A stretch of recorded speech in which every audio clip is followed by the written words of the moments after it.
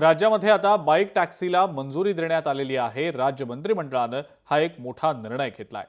केवळ electric bike टॅक्सीला मंजुरी असल्याचं परिवहन मंत्री प्रताप सरनाईक यांनी म्हटलेलं आहे। तर पेट्रोलवर धावणाऱ्या बाईक टॅक्सीला परवानगी मिळणार नाही असं सुद्धा सरनाईक यांनी स्पष्ट केलंय। बाईक टॅक्सीचं भाडं ठरवून दिलं जाईल असं सुद्धा प्रताप सरनाईकांनी म्हटलेलं आहे। आतापर्यंत एकट्या प्रवाशांची गैरसोय होत होती। रिक्षा टॅक्सीसाठी एका प्रवाशालाही तिप्पट भाडं द्यावं लागत होतं। मात्र आता ई बाईक टॅक्सीच्या माध्यमातून सर्वसामान्य प्रवाशांची ही गैरसोय दूर होणार असल्याचं प्रताप सरनाईक यांनी म्हटलंय।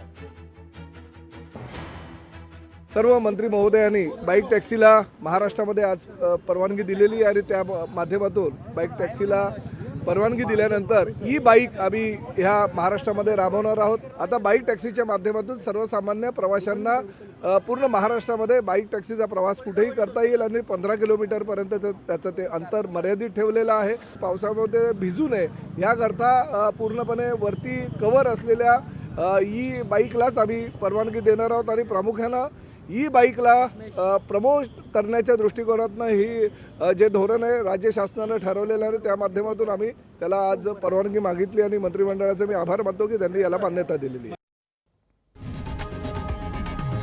लोकशाही मराठी ऐका, पहा, जागरूक रहा।